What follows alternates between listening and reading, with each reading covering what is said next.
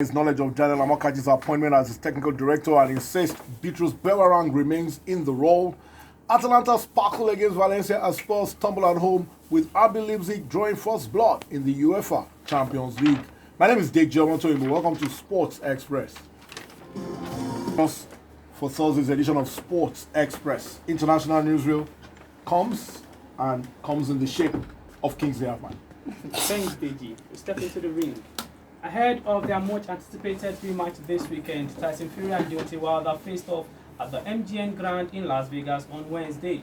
The pair traded jibes at the final news conference, shoving each other, prompting their teams to rush to the stage. Wilder went as far as stating that he rehabilitated Fury from being on hard drugs while also putting food on the Gypsy King's table as both men prepare for Saturday's WBC World Heavyweight title rematch.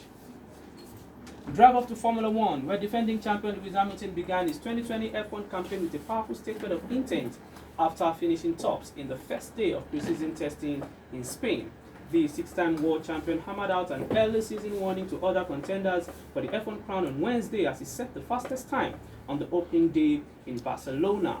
Hamilton, who will attempt to equal Michael Schumacher's all-time record of 7 world titles this year, clocked the best time of 1 minute 16.976 seconds off a total of 94 laps, with Mercedes teammate Valtteri Bottas finishing second. And finally, to golf, world number 1 Rory McIlroy has ruled himself out of participating in the proposed Breakaway Premier Golf League. The 30-year-old delivered on Wednesday what may well prove to be a fatal blow to plans for a breakaway golf tour by stating he has no interest in taking part. The Premier Golf League had hoped to poach McIlroy and leading players away from the PGA and European tours with mouth-watering sums of guaranteed cash prizes. Thank you very much, Kingsley. That's the international newsreel. We'll return with the Nigerian sports scene after the break. Welcome back. It's the Nigerian sports scene on Sports Express. Body Oguntu is here. Nigerian Professional Football League rescheduled games. Rangers won over Kano Pillars. That was a match day 13 game. Ezekiel with the only goal in the 75th minute. And Imba's fine run continued. I think it's 5 games unbeaten in all competitions right now. 6. Imba defeated Kwara United 2-0. That was a rescheduled match day 11 game. Dimba with the first goal and Victor Bauma with his 9th goal of the season. Imba have shot up to 5th place, 6 points off the pace, but critically 3 games in hand. Exactly, they've won 6 in all, but 5 straight in the league. I remember that Fatah Osham lost his first 2 games in the league when he took over. The first one at the powers of patience. Exactly. Or the virtues of patience. The first one against Heartland, but since then, he's taken 15 points from 5 games, and that's commendable. Like you said, they're in 5th place, 3 games in hand. And with the form that Victor Mbama is in, you go to bet on them are getting a goal. They play Nasarawa next, I think, at the weekend, away from home. But Nasarawa will know. Nasarawa have not been so strong, but you know it's likely to happen. Always a tough game, playing away from home. But let's see how Imba does. Now, buddy, let's go to this, I don't know what to call it now, controversial story. NFF, you know, we said this here when this story broke that there was no official communication from the official channel, so to speak. That was NFF channels about Amokachi's appointment as NFF technical director. The story has been swirling around, but NFF have come out categorically to say they are not aware of this appointment. What exactly do you think is going on? Well, the only thing you can say right now is that since we don't have an official statement, because like you said, when Ayubo was appointed, there was an official statement. And Demola Olajire, the NFF director of media, didn't say that, look, if there's anything official, you will hear from us. Okay, don't pick up rumors from social media. But some are arguing that one came from Sonara, which is true, but I think I stand with Demola. If it's not from the NFF, it's not from the NFF. Once Demola said that, I don't know anything about it. You know, I did say that, let's wait if the president will say, hey, I made the announcement, but he didn't say that. So the official line now is that nothing like that has happened. So that's what it is. The way it is. But what do you think is going on? I think some people are there's some gamesmanship. Power tussle? No, not power tussle.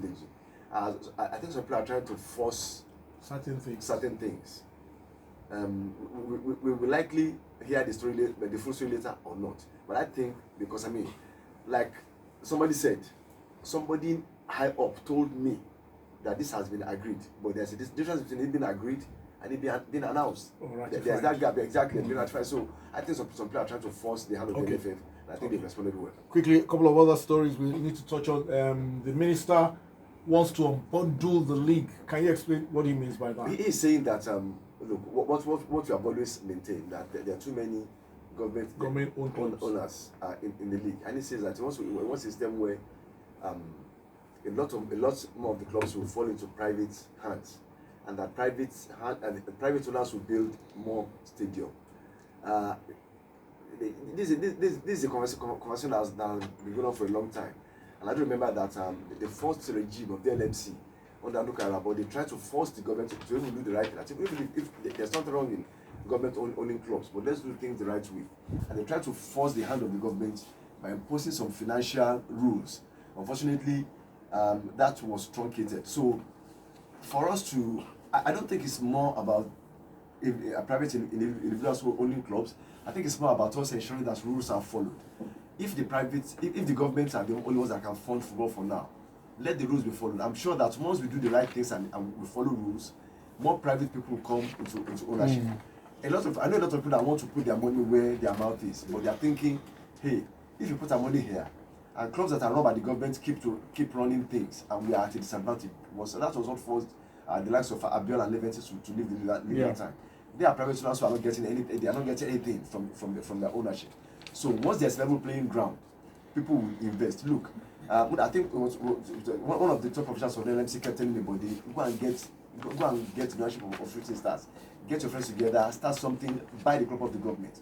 But first, the government has got to be willing to sell, and two, you've got to be sure that if you put your money in it, you get a level playing ground. So it's not about government ownership. It's about ensuring there's a level playing ground for everybody. Okay, all right, we wait and see how that pans out. And then the boxers are protesting. The protest by Nigerian boxers concerning the Olympics. They are supposed to go to Dakar, Senegal for the Olympic qualifier, which starts today. But they won't be going there because the government is saying there's no money. But before you condemn the government, now here's the story. A few weeks ago or a few days ago, the NBF officials, they went to the government and requested money, 12 million naira, to attend an event in Cameroon. Then they put the boxers on the road. They were on the road for 3 days. They were in Cameroon for 1 day, and they spent 12 million. And the minister said that, look, if you know you have a qualifier that is important, why take money that you spent anyhow to go to an exhibition in Cameroon? That's one part of it. Then they said the board member of the NFF, who was at a meeting at the sports ministry a few days ago. NFF? Sorry, at the board member of the NBBF, who was at the meeting with the federations a few days ago, told them that there's no point in going for the qualifiers because there's only one boxer that can win a medal, and it's in the US. If it's Bori Apochi. And as you go from US to the world qualifiers, and from there we go to Tokyo. And so he's saying that of all the boxers that they have, none can win a medal. And so I think they themselves confirmed it by taking money to go to. Okay. If you know you want to go to the Olympics, plan for that should be the priority. Exactly, but spending 12 million for 1 day, for one day invitational in Cameroon, I think they shot themselves in the foot. Yeah. If there's money extra, I mean, because they to be fair, the ministry is stretched. There's so many federations leaning on them for money, so you have to get your priorities right. For 12 billion, they got 2.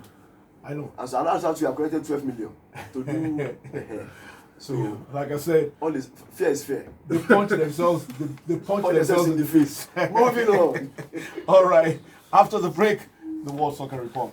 Thanks for staying with us on Sports Express. It's time for the World Soccer Report. Yemi Adesoya steps in. UEFA Champions League round of 16. Sparkling Atalanta. 4-1 victors over Valencia. Terrific performance by Yemi's team.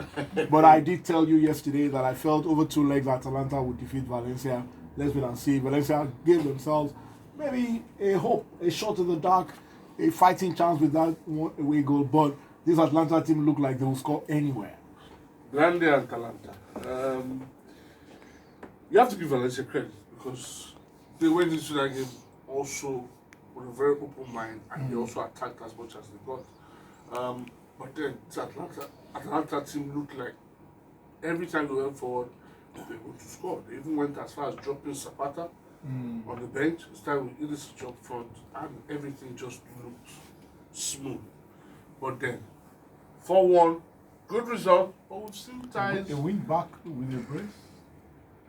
Good. Is it? The second leg will be in 3 weeks. No. I'm talking about the guy that's called. Oh, a win back with the win brace. back with That the shows brace. you how It shows you how fluid they can fluid be. and fluent the team But is. going How to on to go. the second leg, yes, a 4-0, 4-1 result has been overturned before. Yeah. But the issue here is how many goals will Atalanta score when they go to the Mestalla.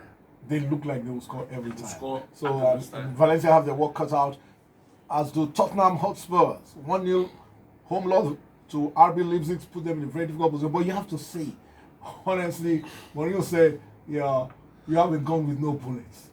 Kane, Son, you have to say that's a huge firepower missing from the team. You have to feel sorry. Huge firepower. But they stayed in the game. Yeah, And yeah. they still have a good chance Yes, of 1-0. getting They win away results. 2-1, they win away 3-2. They're in. And So, that, but you also have to give Leipzig a lot of credit. They played very they were well, fantastic. pressed They were well. fantastic. A lot of young players in that team. Nkuku, Makiele, and a certain Chelsea Lonely. Ampadu. Ampadu Who had was a in great that game. team. Who had a really good game. And I think Manager is barely 30-something years Hugo old. Lloris is 10 months older than the Than the than manager. Julian Nagelsmann. So that shows you goes to show how the enthusiasm that comes from the manager obviously is infectious and gets onto the players. And of course, And Timo Werner, 26 6 goals goal of now. the season. Wow, interesting stuff.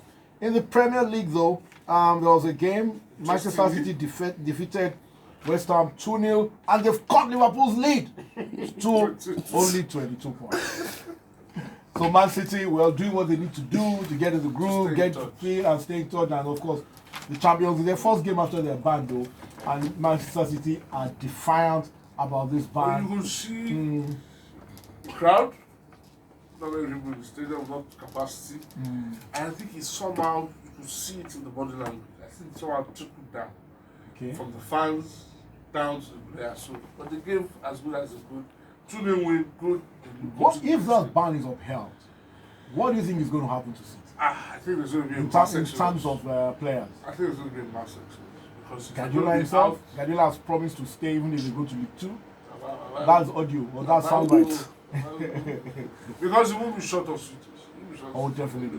He already has suitors anyhow. You can be sure that Aguero, Kevin De Bruyne, Raheem Sterling, a lot of them will have a lot of Suitors. people knocking them before they're done.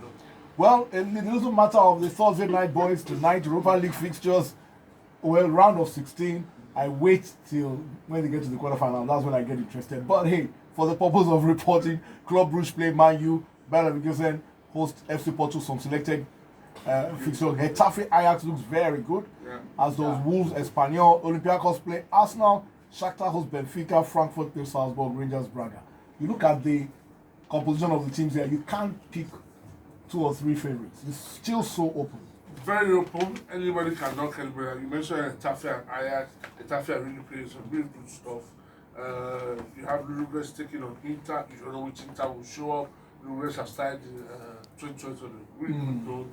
You have Leverkusen taking on Porto. Porto have been really good in the league. Leverkusen on the way up, so you really don't know what to get. So Wolves play bottom of La Liga Espanyol. Wolves have not won in I think 7. So Very it's open. all over the place. Very open. Correction, is actually the round of 32, not the round of 16. So you can In see this that we still have a competition. We still have a long long way to go. We still have 2 rounds where we get to the quarterfinals before I start watching. All right. Thank you very much. Yemi, that's our show. Before we go to our best of the rest, a huge birthday shout out to Demisola Areo, who is 10 years old today. My only disagreement with him is he's a massive Arsenal fan. But I hear there's a football match in his honor by his friends today. He's also a football player. Demisola, happy birthday to you from your aunt Nikki Areo and friend of the family, Tola Badekale. Hope you enjoy your game today and hope you score a few goals. Best of the rest is Formula One. McLaren have handed bans to people who have traveled from China from their hospitality suite in Barcelona over threats of the coronavirus as pre-season testing gets underway. The British team has issued coronavirus-related guidelines to its 4,000 workforce, banning all forms of travel to and from China while rerouting employees due to travel via Hong Kong. The fear, coronavirus, is the beginning of wisdom. My name is Dave John. Thanks for your time. Good morning. Now here's a